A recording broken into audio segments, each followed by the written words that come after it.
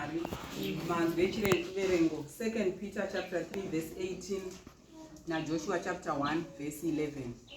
Ndichatangisa kuverenga kuna 2 Peter chapter 3 verse 18.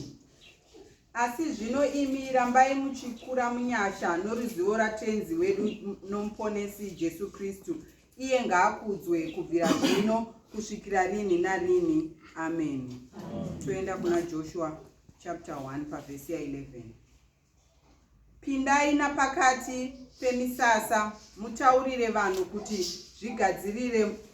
zvigadzirirei mbuva, nokuti muchayambuka rukova urwu Jorodhani shure kwamazuva matatu muchindotora nyika iyo yamuchapiwa natenzi Mwari wenyu kuti ive yenyu. Mwari vakomborere kuverenga kweshoko ravo nokuti rinoenda. Amen. Tinokutendai Mwari, tinokutendai mangwanani ano. Mazwi emuromo wako nekufunga kwomwoyo ngazvida chiro pamberi penyu isimba rangu.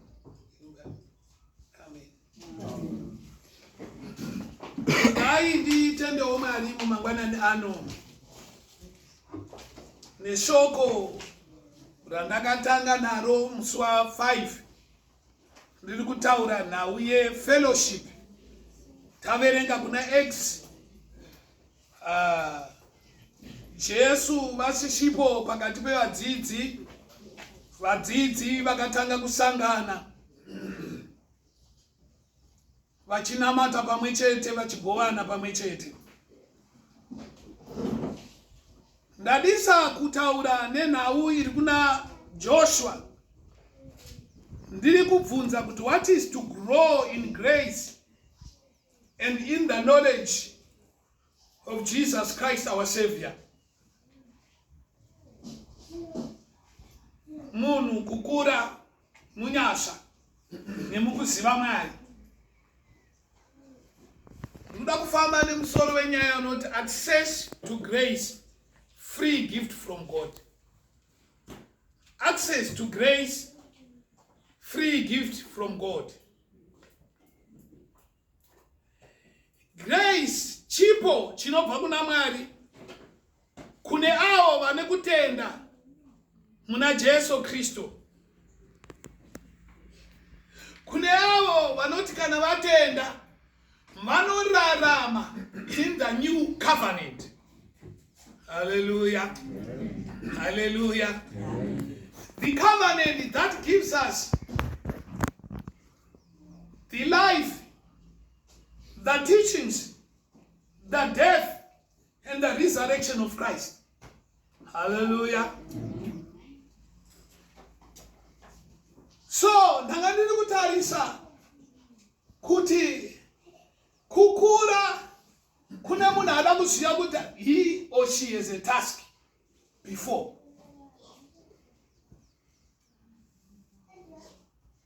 Gore ra 2025 Mwari vari kuda vanhu vanokura mukuziva Mwari. Amen. Amen. Amen. Mumwe akazoimba, I've got a task before me to convert the world to Jesus. No matter how long it's gonna take me, I've got to do it before I die. Tina task yekuita muupenyu hwedu sevaKristu. Amen. Task that was before Joshua was to take the Israelites to Canaan. Amen. Task yauya paine umwe munhu akatanga hangari Moses. Mwari vasarudza Moses kutora vana veIsraeri kuenda navo kuCanaan. But in the journey pane zvinoitika kuna Moses. Zvanga zvisiri zvake, but zvaikonzereswa nevanhu vaitungamira. Amen. Amen. Akatadza kuteerera Mwari. Akaenda kozendama nekutarisa nezvaiitwa nevanhu. Amen. Amen. Oye. Amen. So task yauya kuna Joshua. Hallelujah. Amen. Amen. Na ndiri kutarisa Jesu Mwari vari kuti kuna Joshua, be strong and very courageous. God promised to be with him, to lead him, to guide him, and to bring him to sure victory. Hallelujah. Amen. Amen. Amen. So how is he going to be strong and courageous? Amen. He is going to be strong and courageous because his faith is going to be tested. Amen. Kutenda kwava kuedzwa. Hallelujah. Amen. Kunzifamba nevanhu vanopopota. Kutenda kwava kuedzwa. Kunzifamba nevanhu vane makuhwa. Kutenda kwava kuedzwa. Kufamba nevanhu vasingagutsikane. Kutenda kwava kuedzwa. Hallelujah. Amen. Amen. Saka because his faith was going to be tested, moreover that, and you could see, I'm going to lead you, I'm going to guide you, I'm going to be with you every day of your life. 2025, I'm going to be with you, I'm going to lead you, I'm going to guide you. Be strong and courageous. No sugar and little tower. Access to grace. The gift from God. Hallelujah. Amen. Chantadzirai. Swedarei padyo. Nechigaro chenyasha. Ndozvinotaura Hebrews. Musingatye. Amen. Kunotsvaka nyasha. Igorere nyasha. Igorere kutsvaka nyasha. Igorere kukura panyasha mukuziva Mwari. Amen. Amen. Amen. Amen.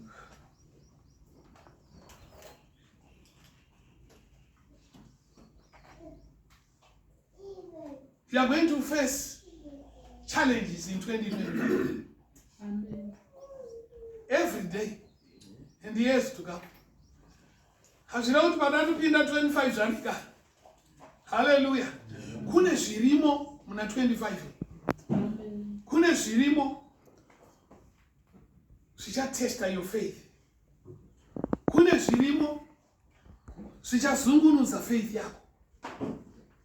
Kune zvirimo zvichafadza ugokanganwa Mwari. Hallelujah. Hallelujah. Amen. What should you do? Trust in the word of God. Amen. Sustain your trust in the word of God. Shoko renyu ndiyo mhinduro. Shoko raMwari mhinduro kuupenyu hwedu. Amen. Shoko raMwari richatidzidzisa. Shoko raMwari richava chiedza pane rima ringauya. Shoko raMwari richava chiedza. Shoko raMwari rinosunungura zvakasungwa. Amen. Gogo ine shoko raMwari woziva kuti Jesu akati ndakadzima rugwaro rwakanyorwa pamusoro peupenyu hwako. Amen. Amen. Saka handingashi.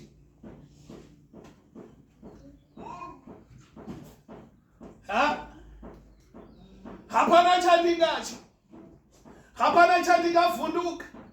Nekuti Jesu anotaura kuti vachakuvengai. Asi shinga nekuti ini ndakakunda nyika.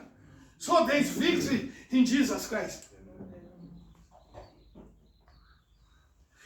You are going to maintain your faith before God by introspection. Plant yourself in the word of God. Kana ndaziva Mwari, ndinoda kuzvitarisa by the day end. Zvii zvandataura, zvii zvandaita, zvii zvandafambira. Hallelujah. Amen. Zvanga zvichata kuti ndiani wandanzwirawo tsitsi, ndiani wandanamatirawo. Amen, vana vaMwari. Amen. Izvozvi hapana. Yesu takagara munhu ataure vasipo. Yesu takagara munhu hapana atamboendawo kunoti makadii pano kusection kwenyu gore richitanga maikei. Pano amavhizitirawo yekuti gore rega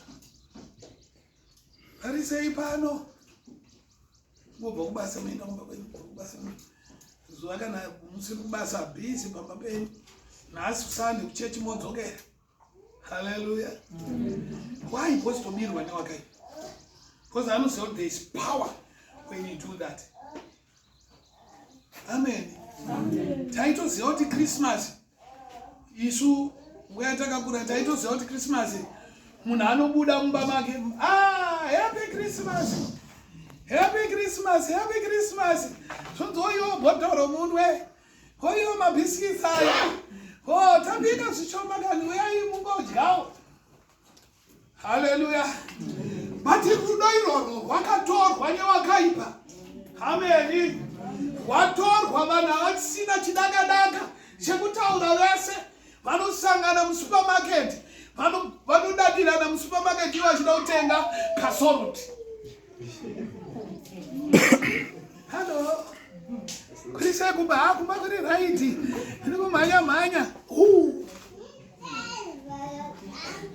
Amen. Vachitaita zvidhakwa zvisanga. Mazvani mazuva. Muriko! Nada nguva sikakora chamwari. Mazuva uri unenge uri kunyiwa. Kuti nhasi unatisangana. Tiri paseni paipai. Munoziva ndiri kutarisa kuti pandinozviongorora ndakati kuti Mwari hazvishamisi kuona zvidhakwa zviri kudenga. Isu chinzi endai kwamaitira mabasa enyu, mushoko raMwari zvirimo. Koimani ndakandituma ndikaenda kupindura vani, ndikaenda Mvurwi, ndikaenda Guruwe, ndikaenda Mutorashanga, ndikaenda kupi, ndikaenda kwaMutoko, ndikaenda kupi. Mwari oti amai kwamaitira mabasa enyu. Nekuti takada kutendwa nevanhu kupfuura kutendwa naMwari. Hallelujah. Pachigaro chenyasha pari pegged. Amen. Ndozvandakaziva pari pegged. There is healing in the power. There is salvation. There is happiness. There is joy. But people are under joy because they don't want to access grace. Amen. Amen. Amen. Amen. Amen. Amen. Izvozvi kuna akatombofamba kuenda kunoona ani nani anochechi kwaakaenda.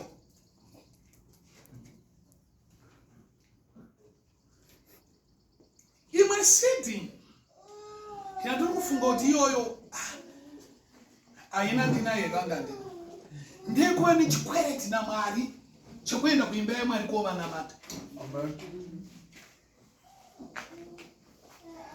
Ndo chikwereti chaane vanhu vazhinji. Akanga auya anouya for a reason okurumidza kutoka kumba. But the devil is wrong. Mwari vari kuti zvishavane maintain your faith. Musabirwe kutenda. Kuna zvirimo muna 25 zvinogona kukubira kutenda.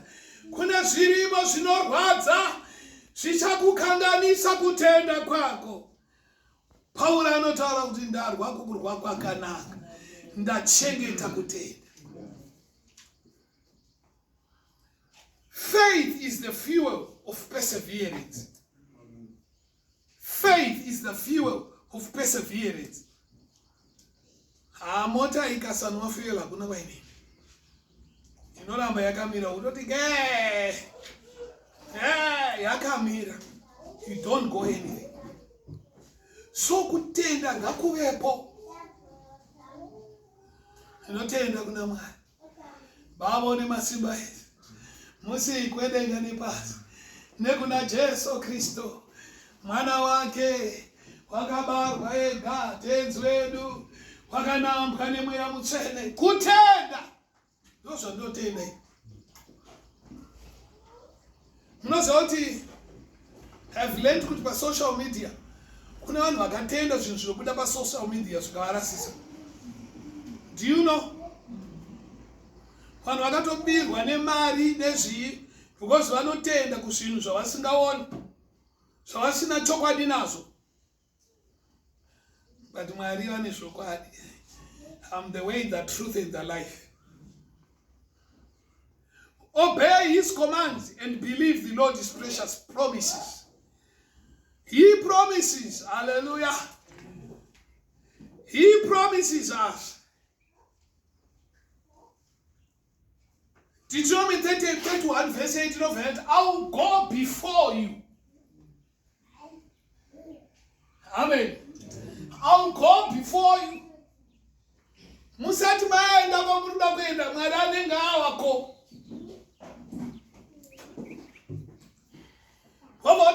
And I will be with you. I will never leave you or forsake you. So do not be afraid or to be discouraged. The assuring promises of God. And the battles are not ours. Kurwa akusi kwedu. Kurwa ndekwa Jehova. Amen. Ndo vanorwa hondo. But unoshamisika vanhu vachida kurwa hondo. Ivo vachimba hondo. Dzese dzedima. Yese. Yamone kwiyo. Yeno. Zinara kuku. Aiva. Namataka. Renda.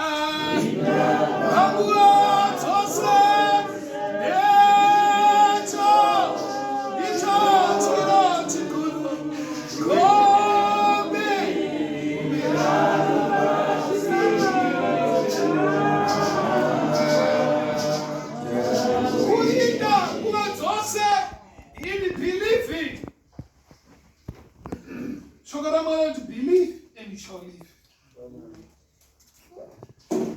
Shungu is to fight the inner conflict between faith and doubt.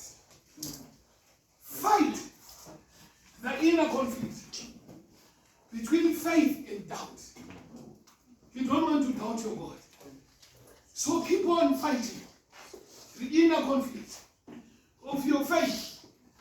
Beside, and see the grace of God.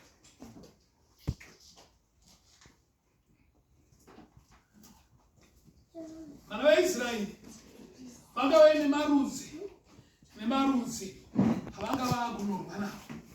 Kavari kunzi gadzirai nguva mumazuva matatu munenge maakusimuka. Amen vana woye. Gadzirai. Mwari vakazviziva kuti vakafamba vasina kuprepare.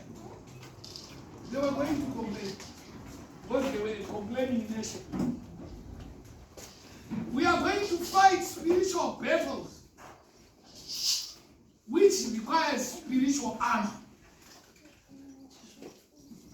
Amen? Amen. We are going to fight spiritual battles. Hallelujah. It's hondo dzenima dzisingaoneki. Dzinoda kutibata. Namata urinde. Wadikani? Munogona kuita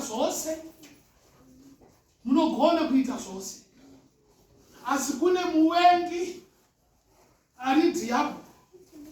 Anotaurirwa naMwari vachitaura naye kuti usabata mweya wake. Kana wafunga zvekumubata, mubata usabata mweya wake. Ityai chinouraya mweya pane chinouraya nyama. What's our mandate? Our mandate is to grow in grace because his promises are yes and amen. If Jesus say yes, no one can say no. If Jesus say yes, no one can say no. No one can say no. No one can say no. No one can say no. If Jesus say yes, no one can say no. If Jesus say yes, no one can say no. No one can say no. No. Kana Jesu avuma hakuna chinoramba. Hakuna chinoramba. Hallelujah. Kana Jesu vati yes hakuna chinoramba. Amen. Vana vamwari. Kana vati yes, it's a yes. Amen. Kana vati yes in your life, it's a yes. Hakuna anotaura kuti no. Amen. Kana vazarura God vazarura hakuna anofa. This year grow in grace. Hakuna anofana kuconsulta. Don't consult zvinzvedenga. What's consultation? Inosiyana modi. Ukaenda paWhite ana Dr. Ramdiwa anoconsult. Ukaenda paLordsland paino umwe doctor anopa consultation yake. Ukaenda kuNectar Care ndizvo kuita ingoni ndizvo unogona kuwa need 4 different reports on your health. Amen. But Mwari kana vataura hakuna anopikisana nezvaMwari. The mandate to grow in grace. Devoting in prayer and increasing knowledge of God through prayer. Amen. Kunamata zvekunamata zviye. Paul anodaro. Pray without ceasing. Namatai zvekunamata zviye. Wadikani munamato une simba. Kurerutsa zvinorema. Munamato unozungunutsa makomo eupenyu. Ay.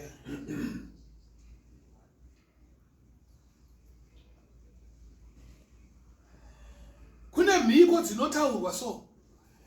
Dzimwe dzokuti ukagara ukadzifunga nezvaso unofunga kuti handipfuuri. Unofunga kuti baba ayambuke. Natini ndikataure nezvisati zvauya. But ndiri kuti zvichauya. Amen. But imbodzokera kune rukuvhute rwako. Wofamba nharaunda yaunogara. Yawakakurira. Wawakasangana navo. Newawakatamba navo. Imbodzokera ikoko. Ugoona nyasha. Hallelujah. Those are true to tarisai the grace of God. Amen. Amen. Wanaomari. Ariani. I change shoes ya mana hii. Kuna rukufute wengi wangu sina hizo. Amen. Takatu qualifier. Kubva murufuse. Norutichi. Kwamai runonzi nogezesa rwaigezesa vanhu. Vainzi? Feso. Iva mwari feso.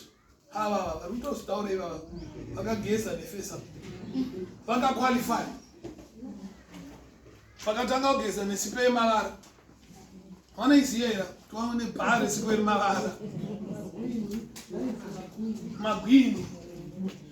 Havariziva ndoyaiwacha ndoyamaigezesa ndoyaisuka muchizora mafuta enzungu kusira vakadini wana wachitepere kupeya. Haleluya. Tikabvako kukauya big man brown, big man blue neperfection. Kudenga kuna Mwari. Haleluya. Ndombo ndotiza kukura in grace. Kuqualify kubva mumafuta enzungu kuenda muvaserina shero. Mazuva ano vanoita basa rekuburisirana pamaplatform kuti kana usina kuzora mafuta aya hauna chawakaona. Imi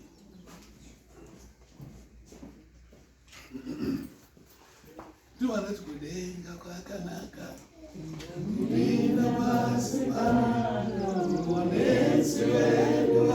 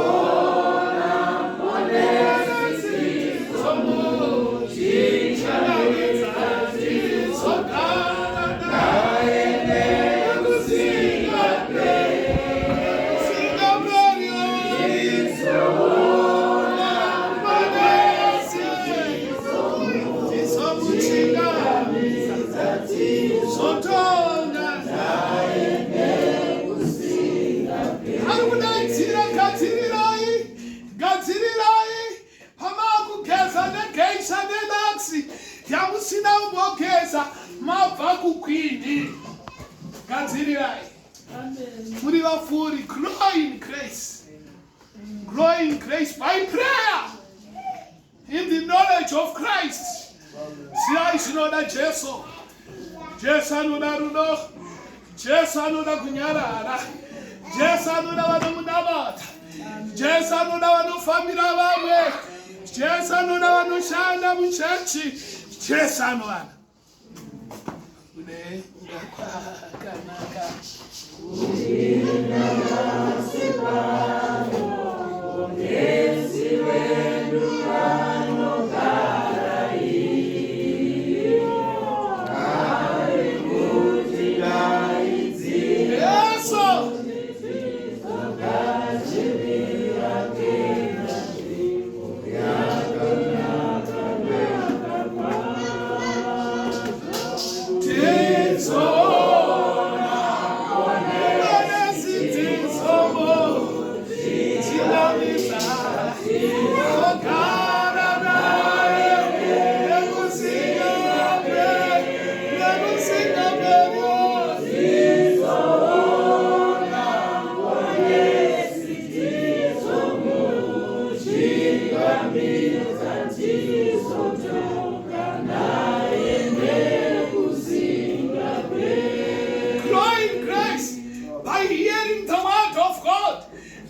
transform you. Grow in grace. You can never grow in grace without first loving the Father of grace. You can never grow in grace without first loving the Father of grace. The Father who is in heaven. Anodzida mwari wako nemoyo wako wose nepfungwa dzako dzese neshiba rako rese. You can never grow. When you don't love your Father, you will never love someone. Amen. Amen. Amen. Grow in grace, in the knowledge of Christ, so that you know you've got a task. Joshua's faith was going to be tested with people, not with God, but with people. Amen. Hallelujah. Ndikufunga Joshua itoti iwe ungazigone zvakatadzwa naMoses ungazozvigonawo here ungatisvitse. Amen. Ungazotisvitsa. Who are you kuti uite izvozvo naJoshua? Joshua ati ndinomira pana Jesu, ndiye dombo neuya. Vanhu vangataure, vanhu vangakushore, vanhu vangakuzvidze. Amen. Amen. Zvakanakira kunamata. Hakuna level. Whether une grade 7 wakafana neane PhD. Kana tana udze kunamata. Kana takushandira mari hakufunzwe Amen. certificate, hakufunzwe qualification, hakufunzwe experience, hakufunzwe, hakuna added advantage A level, hakuna. Kunamata. A simple forward. Saka grow in grace iwe. Because kana takudenga hakuna ref mabongo. Kuna spongile mabongo. You'll be called by name.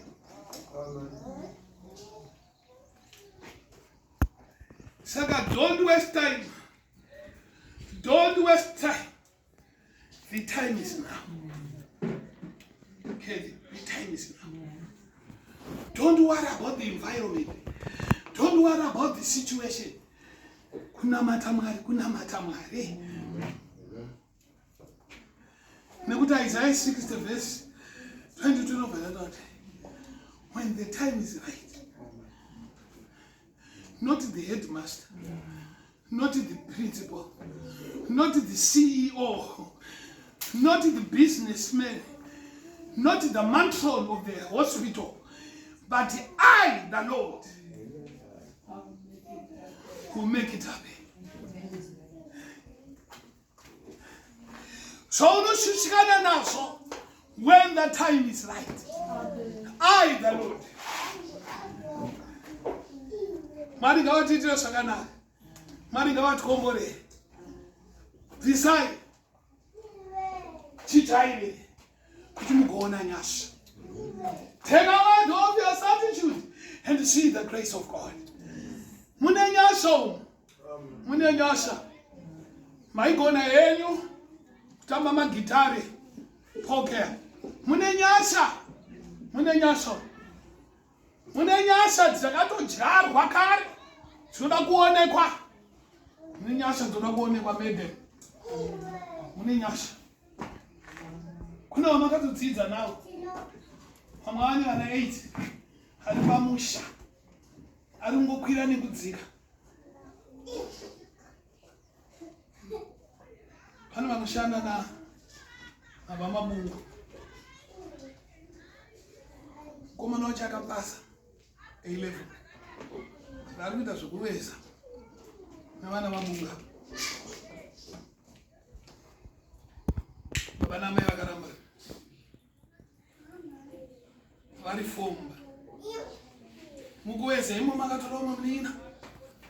Zvimwe yatingoshanda bata. Pavakudzidzisa umwe munin'ina. Anyora form 4. Hans was very intelligent. Akavingwa nezuro. Committed suicide.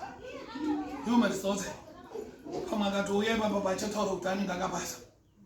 Wadikani tisavarairwe.